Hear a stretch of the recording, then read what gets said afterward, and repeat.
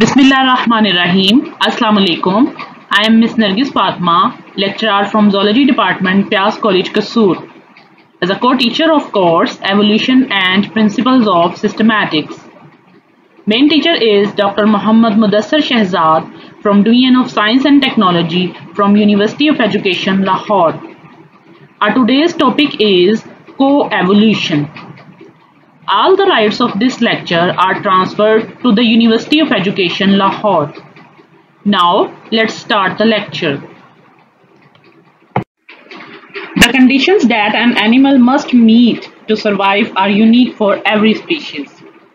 What many species have in common, however, is that population density and competition impact population in predictable ways.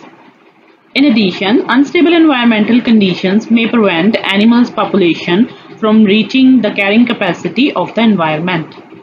इसका मतलब ये है कि जो अनस्टेबल एनवायरमेंटल कंडीशंस हैं वो रोकती हैं किसी भी एनिमल पॉपुलेशन को कि वो अपनी कैरिंग कैपेसिटी की हद तक पहुंच सकें। और जब हम पॉपुलेशन रेगुलेशन के हवाले से बात करें तो हमें टू टाइप्स ऑफ इंटरेक्शंस मिलते हैं या कंपटीशन मिलते हैं among the populations, intraspecific and interspecific. सबसे पहले हम बात कर लेते हैं इंट्रास्पेसिफिक कंपटीशन। इंट्रास्पेसिफिक कंपटीशन तब होता है जब जो है एनिमल्स यूज करते हैं, यूटिलाइज करते हैं सिमिलर रिसोर्सेज को और in some way interfere with each other to recruitment of those resources. Competition among members of same species called intraspecific competition is often intense because the resource requirement of individuals of a species are nearly identical. अब जो intraspecific competition किसी भी species का जो कि same होती हैं वो बहुत इंटेंस होता है, इसलिए क्योंकि जो रिसोर्स रिक्वायरमेंट है उस स्पीशीज के इंडिविजुअल्स की वो तकरीबन आइडेंटिकल होती है। और ये जो कंपटीशन है इस टाइप का ये विदाउट इंडिविजुअल्स अगर वो डायरेक्ट कांटेक्ट में नहीं भी आ रहे तब भी ये अकर हो सकता है। मिसाल के तौर पर the early bird that gets the worm may not actually see the later arrivals. In other instances, the actions of one individual directly affect another. Territorial behavior and the actions of socially dominant individuals are example of direct interference. Now, what about the interspecific competition? When members of different species compete for resources, one species may be forced to move or become extinct, and the two species may share the resources and coexist. So हम कह सकते हैं कि जो interspecific competition है वो एक powerful ecological force है। इस कंसेप्ट को समझने के लिए let's have a look at the diagram. यहाँ आपको दो बार्निकल्स की जो है वो स्पीशीज मिलेंगी, कैथेमिलस और बैलेनस। अच्छा, अब हम देखते हैं कि यहाँ पे जो है वो किस तरह जो कंपटीशन है इंटरस्पेसिफिक कंपटीशन वो as a powerful ecological force के तौर पर एक्ट कर रहा है। Now here are three zones. Number one is the lower intertidal zone and the middle intertidal zone, and this one is the upper intertidal zone. तो यहाँ पे अगर आप देखें तो Chthamalus is very vulnerable to predation in lower intertidal zone, कि यहाँ पे ये बहुत ज़्यादा जो है वो चांसेस हैं और शिकार हो जाता है कहाँ लोअर इंटरटाइडल जोन में, जिसको हम यहाँ पे आप एरो में भी देख सकते हैं कि लिखा हुआ है प्रेडेशन का शिकार हो गया। ठीक है, तो फिर देखें आप कि क्या है कि आगे फर्दर अगर हम मिडल इंटरटाइडल जोन में मूव करते हैं तो क्या है, competition with Balanus excludes Chthamalus from middle intertidal zone. अब यहाँ पे जो कंपटीशन है वो क्या होता है बैलेनस के साथ, और बैलेनस एक्सक्लूड कर देता है किसको, कैथेमिलस को from the middle intertidal zone, यहाँ के आप देख भी रहे होंगे। फिर क्या है अपर इंटरटाइडल जोन, यहाँ पे क्या है जोन इनहिबिटेड बाय एडल्ट कैथेमिलस। इसकी क्या रीजन है कि यहाँ पे जो है अपर इंटरटाइडल जोन में कैथेमिलस जो है एडल्ट कैथेमिलस वो ज़्यादा पाए जाते हैं और desiccation prevents Chthamalus from inhibiting higher levels, और अगर हम हायर लेवल्स की बात करें तो यहाँ पे डेसिकेशन जो है एक ऐसी इकोलॉजिकल फोर्स है जो कि कैथेमिलस को प्रिवेंट कर रही है from inhibiting the higher levels.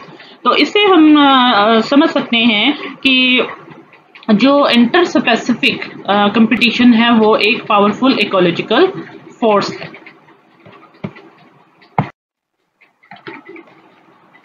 Now we will discuss about another type of interaction which is commensalism. In some cases interactions are not symmetric, i.e. one organism benefits while the other is not impacted. इसका मतलब ये है कि ये इस type के interactions होते हैं जिसमें एक ऑर्गेनिज्म को तो फ़ायदा हासिल हो रहा होता है लेकिन दूसरे को इससे कोई फ़र्क नहीं पड़ता। मिसाल के तौर पर आप डायग्राम में देखें कि ये ज़ेब्रा है और ये जो है कैटल एग्रेट बर्ड है। अब ये इसकी बैक पे बैठा हुआ है, इंसेक्ट्स वगैरह खाएगा, लेकिन वो तो खा रहा है, उसको तो फ़ायदा हासिल हो जाएगा, लेकिन ज़ेब्रा को इससे कोई फ़र्क नहीं पड़ रहा।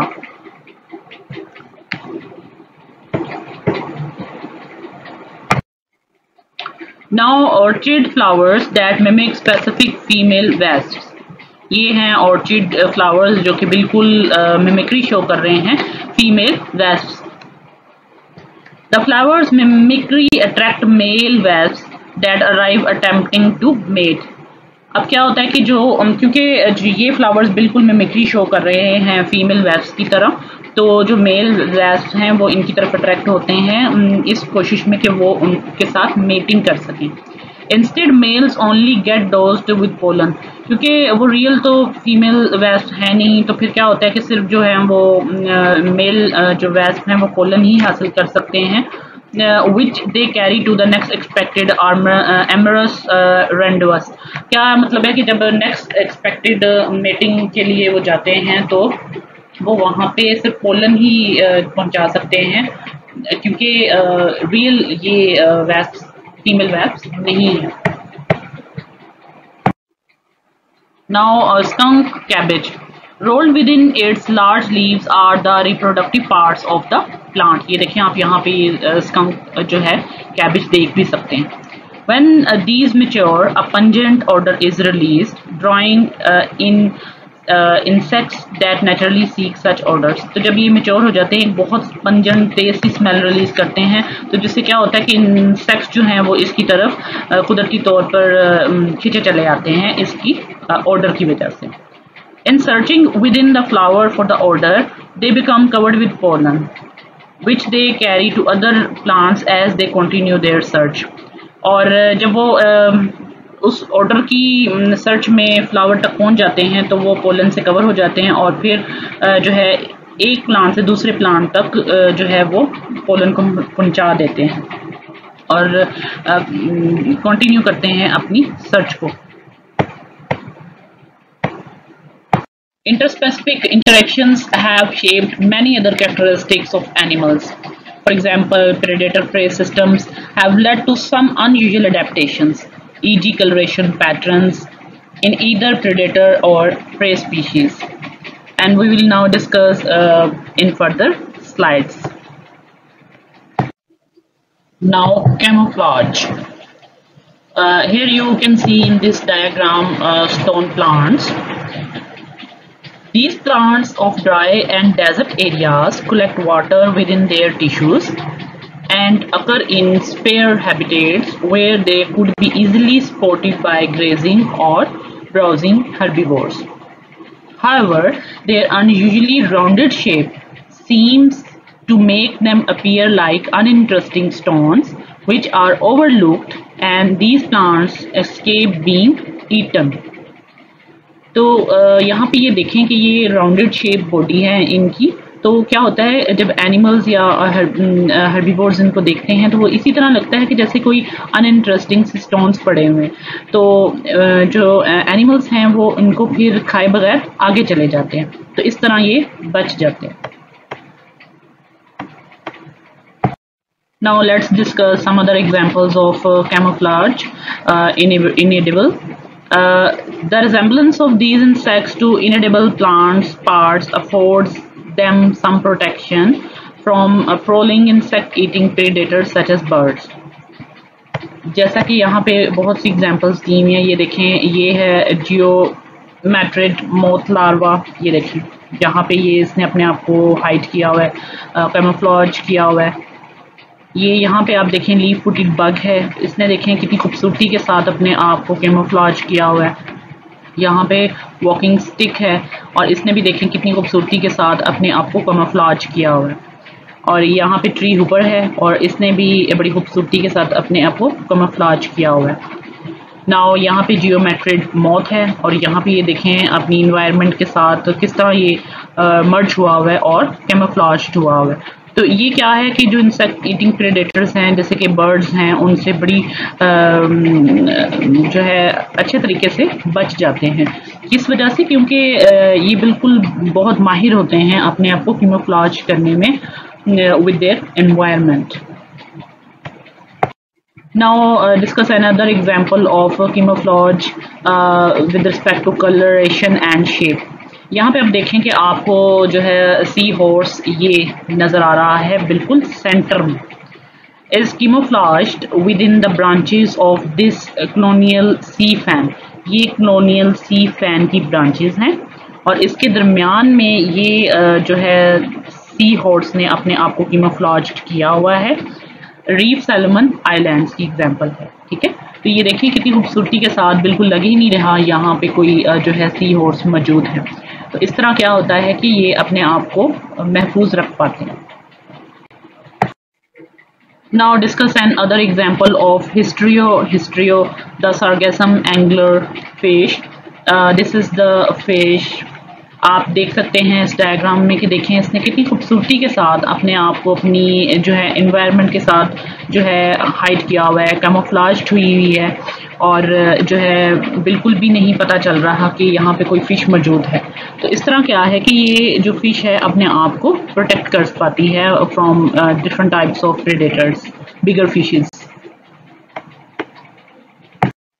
नाउ यहाँ देखें कि इन डार्क जो लीव्स हैं इनके दरमियान आप अगर गौर से देखें तो आपको ये ब्रशकेटेड नज़र आएगा।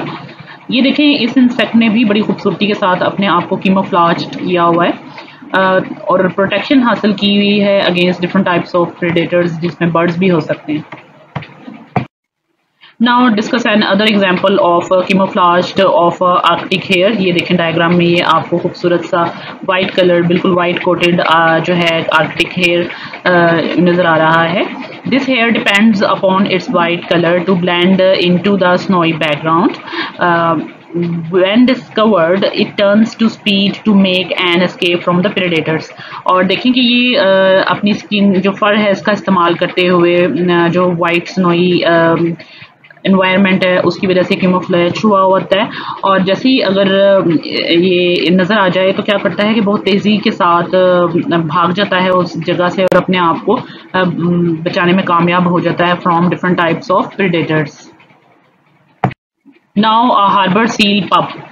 This white coat harbor seal pup for some camouflage with the ice and snow upon which it spends much of its early life when it is especially vulnerable to predators. ये जो हार्बर सील पप है बिल्कुल white है देखें और ये snow भी बिल्कुल वाइट है और ये किसी हद तक जो है कैमोफ्लेज्ड हो जाता है और ज़्यादातर जो अपना अर्ली लाइफ टाइम है जबकि बहुत ज़्यादा वनरेबल होता है प्रेडेटर्स के पॉइंट ऑफ व्यू से, तो ये यहीं गुजारता है कैमोफ्लेज्ड कंडीशन में। Now another example is of this stonefish with respect to a predator. This stonefish is encrusted with various creatures of coral reef as you can see in the diagram. ये देखें कि ये जो फिश है stonefish इसने अपने आप को कोरल रीफ की मुख्तलिफ जो क्रिएचर्स हैं उनके साथ जो है कैमोफ्लेज किया हुआ है। camouflaging it to unsuspected prey that comes by. और इसलिए किया हुआ है कि जो भी पास से प्रे गुजरे तो वो जो है इसको देख ना सके और ये आसानी से फिर जो पास से गुजरने वाला प्रे है जो अनएक्सपेक्टेडली वहाँ से गुजरता है तो उसको एकदम से जो है अपना शिकार बनाकर खा जाता है। ये देखें एक और एग्जांपल है कैमोफ्लेज की, ऑक्टोपस की। ऑक्टोपस भी बहुत माहिर होते हैं अपने आप को कैमोफ्लेज करने में। यहाँ पे आप देख सकते हैं कि ये देखें बिल्कुल जो एनवायरनमेंट है, जो छोटे छोटे पेबल्स हैं और जो ऑक्टोपस हैं उसकी स्किन का कलर और पेबल्स का कलर देखें ऑलमोस्ट सेम है। तो बहुत मुश्किल हो जाता है पास से गुजरने वाले जो भी प्रे हैं उनको समझने में या देखने में कि यहाँ पे जो है कोई भी जो क्रिएचर है, एनिमल है, वो छुपा हुआ है। तो फिर क्या होता है कि कैमोफ्लेजिंग की वजह से जो ऑक्टोपस है वो इस चीज़ का फ़ायदा उठाता है और जो है उसको आसानी हो जाती है शिकार को खाने में। Now look at this diagram. In this diagram you can see the phylogenies of North America beetles. These are the beetle species, and here you can see the milkweed plant species. But now what are phylogenies? Phylogenies are mainly mirror images, or we can say co-phylogenies.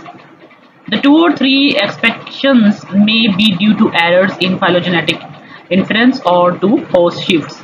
आप यहाँ देख सकते हैं कि यहाँ पे आपको कुछ जो है एक्सेप्शंस नज़र आ रही हैं। देखिए यहाँ पे सिंपल कार्डिनोलाइड्स हैं प्लांट्स में पाए जा रहे, और यहाँ पे देखें मोर कॉम्प्लेक्स टॉक्सिक कार्डिनोलाइड्स हैं, और अगर इधर बात करें हम तो यहाँ पे most toxic cardenolides concentrated in lactis.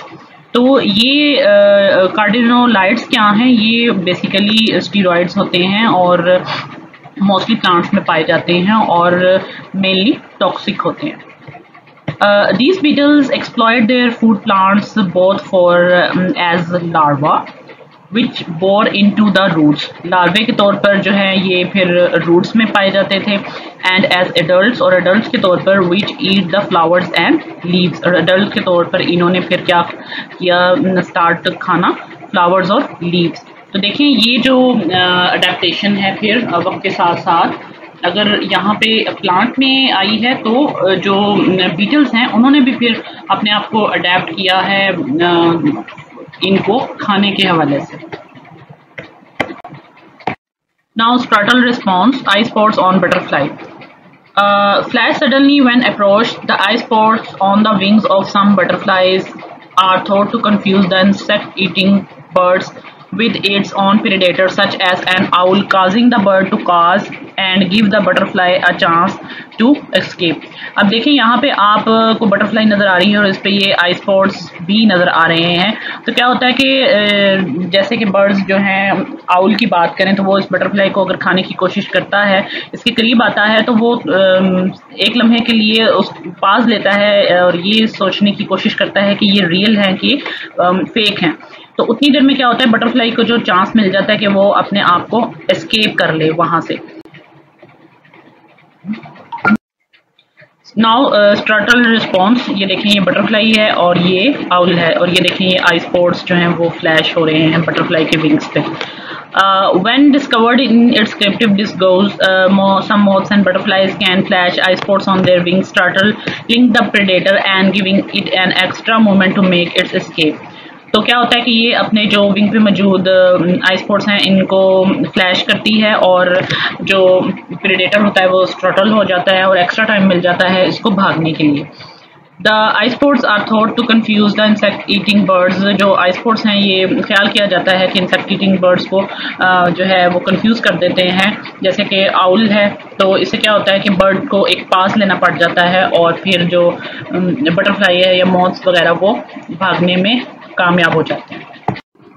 Now let's discuss about the phenomenon of mimicry.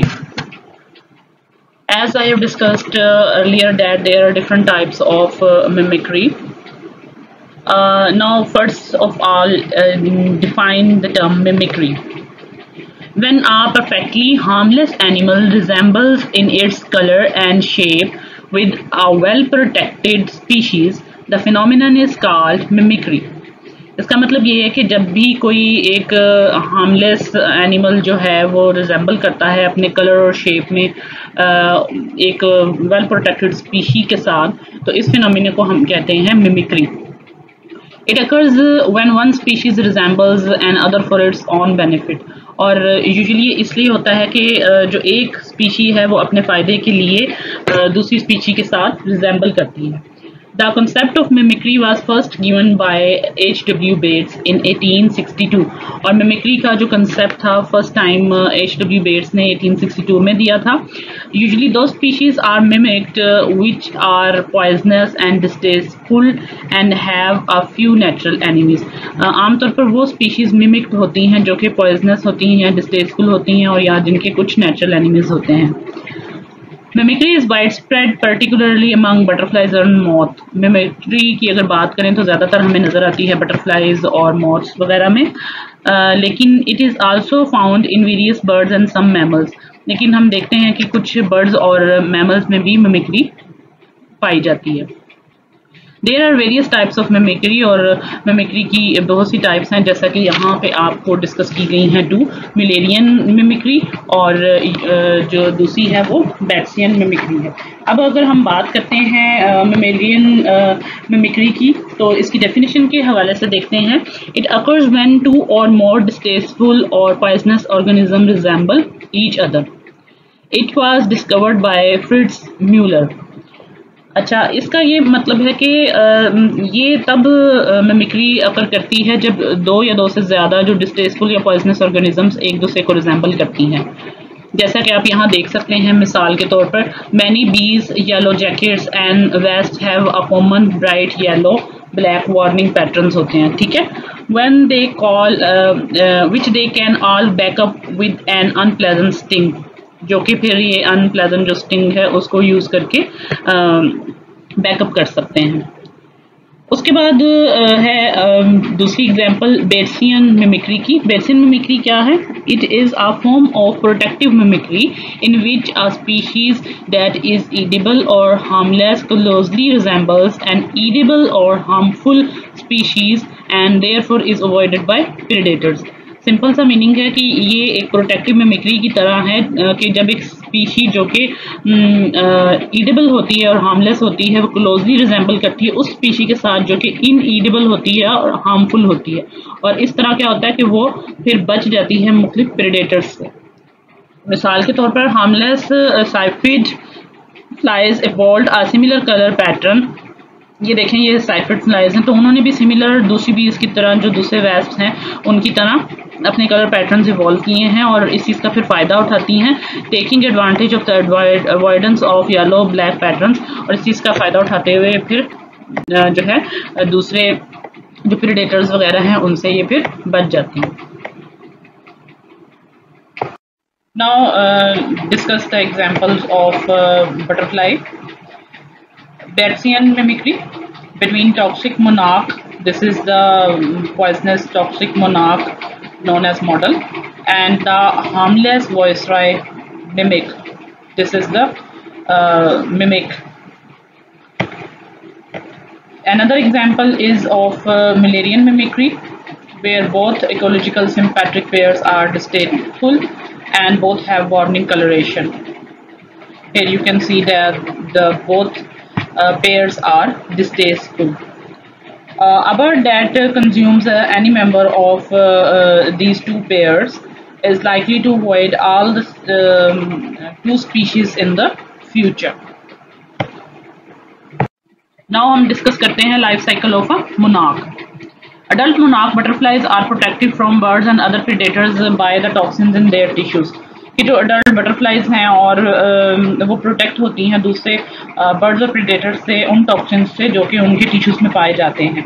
These toxins are incorporated from the milkweeds they feed on as larva. ये जो टॉक्सिन्स हैं इनकॉर्पोरेट हो जाते हैं बटरफ्लाइज की बॉडी में तब जब वो उन पे फीड करती हैं, जब वो कैटरपिलर्स होती हैं। अब ये देखें यहाँ पे साइकिल में ये एग है, ये कैटरपिलर है लार्वा, और इससे फिर आगे कैटरपिलर बिगनिंग टू प्यूपेट हो जाता है। उसके बाद क्राइसैलिस प्यूपा है ये, और इस क्राइसैलिस प्यूपा से फिर बटरफ्लाई फाइनली इमर्ज होती है और then this is the adult butterfly. Now look at this diagram, blue jay learning avian to distasteful monarch, figure A and figure B. Now figure A, this hand-reared blue jay Having never eaten a monarch, rips off the wings and gobbles down the body. यहाँ पे ये देखें उसको उसके wings उसको फाड़ रही है, तोड़ रही है और उसकी जो बॉडी है उसको खाने की कोशिश कर रही है। और बी में देखें the toxins quickly make the blue jay sick, और जो टॉक्सिन्स उसकी टिश्यूज में पाए जाते हैं फौरन उसको सिक कर देते हैं। And it spits up the monarch, और वो फौरन से जो है उस मोनार्क को छोड़ देती है।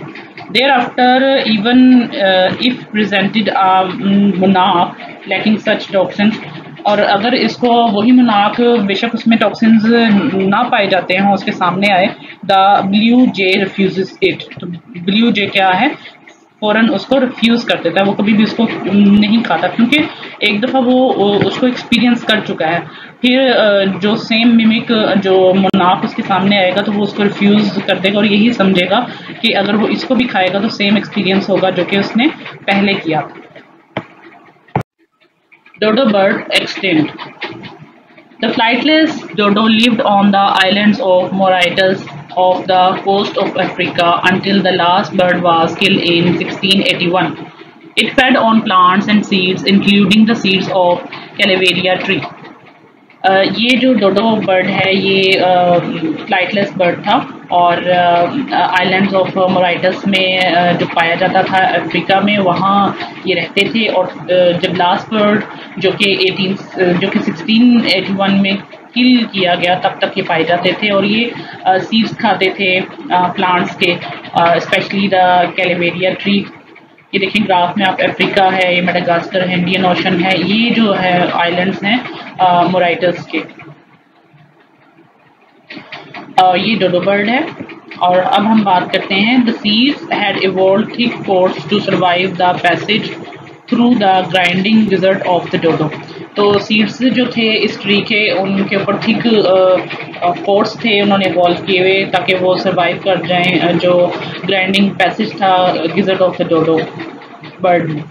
With extinction of the dodo, जब जो डोडो बर्ड है वो एक्सटिंक्ट हो गए, the seeds no longer made such an abrading trip through the digestive tract, the coat remained thick and the young tree embryo could not easily germinate. और जैसे ही डोडो extent हो गए तो ये जो सीड्स हैं इन्होंने फिर इस तरह की जो ब्रीडिंग ट्रिप है वो डाइजेस्टिव ट्रैक के वो नहीं हो सके, तो फिर क्या है कोट रिमेन थिक, वो तो ठीक रहा लेकिन जो यंग ट्री एम्ब्रियो हैं वो उस तरह आसानी से जर्मिनेट नहीं कर सके।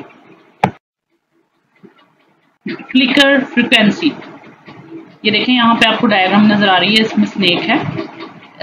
ए डायग्राम में भी ये देखें यहाँ पे स्नेक, बी डायग्राम में भी ये स्नेक, सी में भी और डी में भी। A newborn water snake shown crawling, crawling में जो है दिखाया गया है ए एंड सी, और मोशनलेस हालत में दिखाया गया है बी और डी में। ये देखें इन मोशन की हालत में यहाँ ये देखें ए और सी में the snakes banding patterns look evenly grey, जो उसके बैंडिंग पैटर्न्स है वो हमें एक जैसे ग्रे दिखाई दे रहे हैं।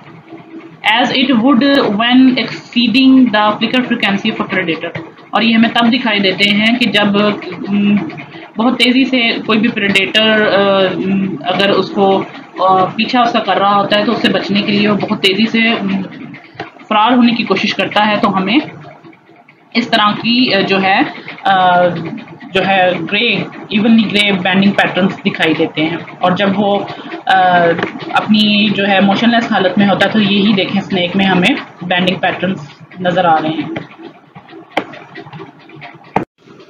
Thank you and that's all about today's lecture.